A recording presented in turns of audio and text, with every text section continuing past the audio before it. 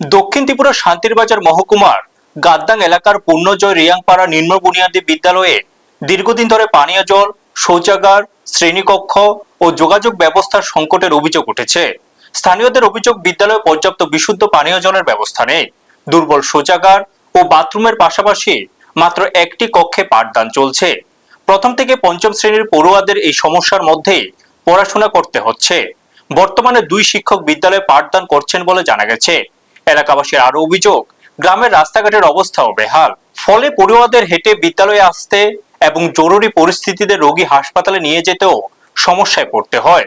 বিদ্যালয়ের জন্য জমি দানকারী নন্দলাল ত্রিপুরা দ্রুত সমস্যার সমাধানের দাবি জানিয়েছেন।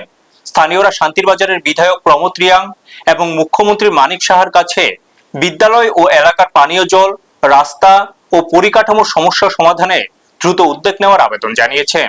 ব্যুরো রিপোর্ট, নিউজ তৎকাল 24।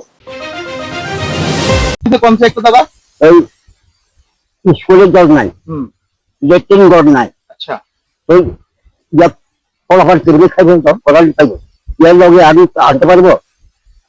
আপনারও চিন্তা করবেন। কতদিন পর্যন্ত এই অবস্থা?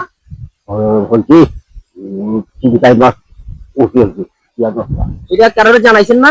জানারে আছে, হ্যাঁ, 2বার আছে। প্রথম বানাইছে বলে দোকান যাবো বলে 30 বছর আগে আমি দান করছি। কিটা স্কুল লাগে এই জায়গাটা আপনি দান করছেন? হ্যাঁ হ্যাঁ হ্যাঁ। আপনারা দেখছেন নিউজ তৎকাল 24।